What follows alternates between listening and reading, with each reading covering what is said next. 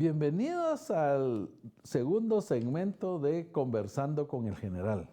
El día de hoy estamos hablando un tema de coyuntura porque estamos poniendo en evidencia un problema que ha sido latente en Guatemala. Es el tema de los desalojos. Acabamos de perder a un héroe, porque es un héroe, este agente de la Policía Nacional Civil, el oficial Colindres, quien en cumplimiento de su deber, pues lastimosamente perdió la vida. ¿Cómo se originan estos problemas? Ya platicamos un poquito del problema del protocolo, no me voy a detener más. Es un protocolo que es completamente injusto porque no solo no funciona, no se cumplen las órdenes, se gasta el dinero, sino que a la vez trata de poner en el propietario del terreno la responsabilidad de transporte, alimentación y otras cosas que no debería de ser, que es un tema y problema del Estado. ¿Cómo se ha originado esto? Déjenme contarles que el tema de las usurpaciones, bueno, obviamente ha empezado y alguien podría decir, si ese es un tema de toda la vida, y va a tener toda la razón. En el 2021, donde nosotros empezamos a cuantificar y a ver algunos aspectos, nosotros nos damos cuenta que las diferentes usurpaciones del 2021 para atrás, la mayor parte se dan sobre terrenos o áreas que son del Estado de Guatemala.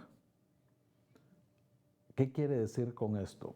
Son terrenos o fincas que el Estado de alguna manera las tiene adscritas a algún ministerio o alguna secretaría, etc. Voy a hablarles un poquito del Ministerio de la Defensa porque es donde tengo conocimiento. En el área de Alta Verapaz, en el área donde está la fábrica de municiones, el Ministerio de la Defensa tiene una área bastante extensa bajo su responsabilidad y algunas personas inescrupulosas pues obviamente la han invadido. Y que han dicho que es propiedad del Estado, que la tierra del Estado es de todos, etcétera, etcétera. Y así más o menos hemos ido viendo cómo las denuncias han ido incrementándose, tan que a la fecha, en el año 2024, se hizo una nueva recomposición y nos damos cuenta que ya las invasiones ya dejaron de ser a áreas que consideran que son del Estado o que pertenecen a una municipalidad o hay dudas. Ya comenzaron a hacer las invasiones a la propiedad privada de las personas. Sí, a usted que tiene una casa y que la tenía en la zona X y decidió mudarse y se cambia de casa y en el interín en que usted dejó la casa vacía porque la iba a remodelar o le iba a hacer algunos aspectos, llega gente y se va a invadirla, a usurparla, a quererle robar lo que usted ya hizo con el sudor de su frente. Y déjenme decirle que eso en países como Europa, principalmente España, los llamados ocupas, eso es muy normal, porque ellos tienen una idea de que la propiedad privada no es tan importante como lo es aquí en Guatemala. Aquí sí es constitucional el tema de la propiedad privada. Artículo 39 de la Constitución de la República de Guatemala. Pero no me quiero desviar. Y entonces empieza a darse un fenómeno. Todas las usurpaciones o la mayor parte de las usurpaciones se comienzan a dar como en áreas del Polo Chic, se comienzan a dar en áreas de Alta Verapaz, algunas partes donde son zonas productivas, donde hay fincas y donde las personas van a querer invadir y robar el terreno para poder depredarlo, etc.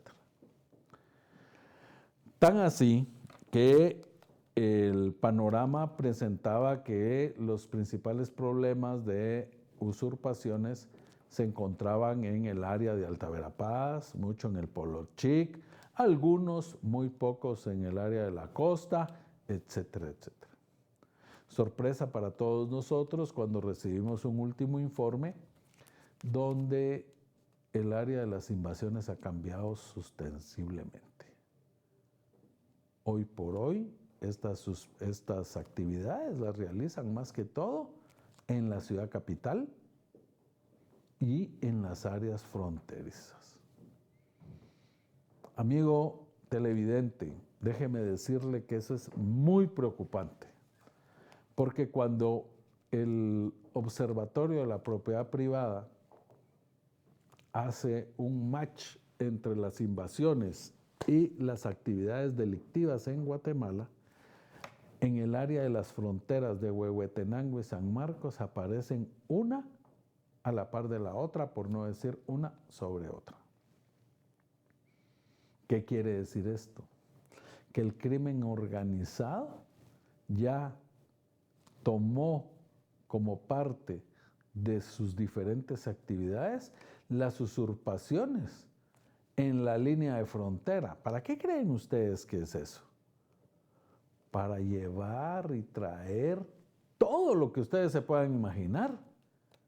Llevar cocaína, traer ganado, llevar huevos o traer huevos y todo eso que en un momento dado se da. Abro un paréntesis y sí, para usted que tiene dudas con lo del subsidio, sí, se llevaban las pipas a otro país y las vendían baratas. Sí, así nos vieron la cara, cierro paréntesis. Pero bueno, entonces ahora resulta que los lugares más complicados ha sido la ciudad de Guatemala. Ah, puchica, ¿y ahí por qué la ciudad de Guatemala? Sí, las pandillas ahora han ido tomando cada vez más residencias en áreas como la zona 18, Villanueva, etcétera, donde se apoderan de las casas de los vecinos. Los amedrentan, los sacan. Sí, no voy a entrar en detalles porque nos daría para un programa completo todo el problema que trae esto. Pero los sacan, incluso los obligan a firmar para que les cedan los derechos. Y así van creando casas de seguridad. Ustedes recuerdan que hace unos meses, por yo creo que ya un año, ¿sí?, cuando matan a este joven que estaba iniciando su carrera de cantante y lo hacen pedacitos y encuentran en una casa todo esto, pues sí, para eso usan las casas, para vivir. Ahora ya se han modernizado porque ya hasta las alquilan, pero bueno, eso es lo que pasa en la ciudad de Guatemala. Y déjenme decirles que ahora resulta que el segundo lugar lo tiene Huehuetenango. ¿Sí? Como le dije, ¿quién iba a pensarlo? Pero solo el área de la frontera. Ahí es donde se dan la mayor cantidad de usurpaciones. Le sigue San Marcos, le sigue Alta Verapaz y le sigue Sololá. Los corredores, sí, los corredores de eso que llamamos droga. Esos son los que pasan por esos lugares y son los que generan que esas usurpaciones cada día sean mayores, ¿verdad? Y obviamente estas usurpaciones son impulsadas por grupos organizados, ¿no? ¿Ya? Y se vuelve uno de los mayores problemas aquí en Guatemala. Tan así que nuestro índice de la propiedad privada anda por los suelos. Hemos ido para abajo, estamos perdiendo terreno en ese sentido. ¿Por qué? Porque la certeza sobre la propiedad se está perdiendo cada vez más. ¿Y qué hacemos para solucionarlo? Porque yo entiendo que usted que está en su casa ahorita y no tiene ese problema, pues lo dirá y lo dirá, es que eso es para los ricos, eso es para los que tienen grandes tierras, eso está para aquellas personas que son terratenientes. Ah, que les quiten un pedazo, tienen mucho. Pero no. Fíjense que el día que usted considera que quiere tener dos vehículos, vamos a poner un ejemplo sencillo. Usted tiene dos vehículos. Uno de esos vehículos es el que a usted le sirve para trabajar. Pequeño, ¿sí?, económico, fácil de andar en el tráfico. Pero usted también quiere su carro para salir de viaje, porque le gusta pasear con la familia, le gusta ir al interior, etcétera, etcétera. Y pues tiene su camioneta, que es la que usa los fines de semana. ¿Y qué pasa si va pasando una persona y mira que usted tiene un carro parqueado y que a ojos de esa persona ese carro es improductivo, que no está haciendo nada? y decide que le va a agarrar ese carro porque él tiene necesidad de moverse. Imagínense, eso es lo que está pasando con las tierras. Eso es lo que está generando esta problemática. Y entonces empieza su calvario. Va a poner una denuncia. En el caso de las tierras, recordemos que hay dos formas de tener, en este caso, la ley de su parte. Si usted tiene la posesión, ¿sí? ¿A qué le llamamos posesión? Que usted está dentro del vehículo o usted de alguna manera ejerce soberanía sobre el vehículo, ¿verdad? Y la otra forma es la propiedad. En el caso del vehículo, la propiedad la acredita obviamente cuando tiene el título del vehículo y ese título hace ver que es de Gustavo Méndez. Y la propiedad, ¿sí? ¿Cómo la acredita? Bueno, en el Registro Nacional de la Propiedad. Y ahí el Registro Nacional de la Propiedad le asigna una finca, folio y libro, que es lo que nosotros decimos. ¿Qué significa finca, folio y libro? Significa que ellos tienen claro que usted es el dueño porque ya hay algo que lo demuestra. Y sí, amigo televidente, es claro que el artículo 2 de la Constitución de la República de Guatemala nos garantiza que este tipo de documento es más que suficiente para acreditar la propiedad, porque se lo está extendiendo el Estado de Guatemala. El Estado de Guatemala está certificando que usted es propietario de esa área, de ese terreno, a través del registro y le está dando los elementos que conlleva: finca, folio y libro.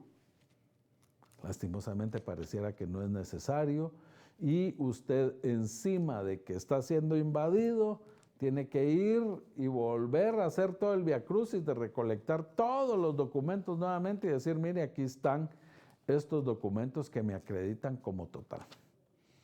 Y voy a aprovechar aquí para hacer algo que yo creo que es bien importante para que las personas conozcan un poco la génesis de esto.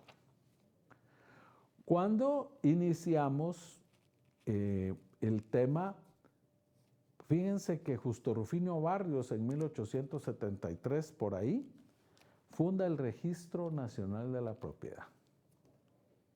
Es tan importante este registro para tener certeza de la tierra que nace antes de que tengamos nosotros una plena identificación como tal. Voy a tratar de exponerle lo siguiente. Cuando nace el registro de la propiedad, usted llegaba con un notario que acreditaba que usted era dueño de una porción y que al norte estaba Gustavo Méndez, al este Juan de la Cruz y al oeste Juan Carlos. Y así se quedó. ¿Cuántos Gustavo Méndez habrán en Guatemala? Bastantes, ¿verdad? ¿Y Juan Carlos? Más todavía. Entonces, ese tipo de inconsistencias lleva a Jorge Ubico, ¿sí?, en los años 30, miren desde dónde venimos, desde 1870 hasta 1930, donde dice que se necesita identificar plenamente al ciudadano. Y los que son de mi generación recordarán la famosa cédula de vecindad. Yo todavía me recuerdo de la mía, era A769703. Se la aprendía a uno de memoria. La A era de la ciudad capital. Y entonces usted ese documento lo acredita. ¿Por qué hago esta relación? Porque entonces evoluciona la forma como se acreditan las propiedades. Porque entonces al norte ya no es Gustavo Méndez, cualquier Gustavo de todos los guatemaltecos. Es Gustavo Méndez con cédula número A769703. Eso ya da certeza de quién es Gustavo. Y así sucesivamente. Entonces, para no perdernos, ya hay un documento oficial con una identificación plena que el Estado le está garantizando que así es. ¿Y qué es lo que reza este artículo 2 de la Constitución? Esa seguridad que le da el Estado cuando él dice, yo certifico que Gustavo es él, que la tierra es tal. Y entonces así es como se empata. Y ahora en el registro de la propiedad se tiene plenamente quién es y qué porción de tierra le pertenece. Eso debería de ser más que suficiente para que cuando uno comienza a buscar la forma, ¿ya?, de poder acreditar su propiedad, uno ya sabe cuáles son los pasos, ¿sí? Y miren, este segundo segmento está a punto de finalizar y quiero, antes de irme a la pausa, dejar bien claro esto.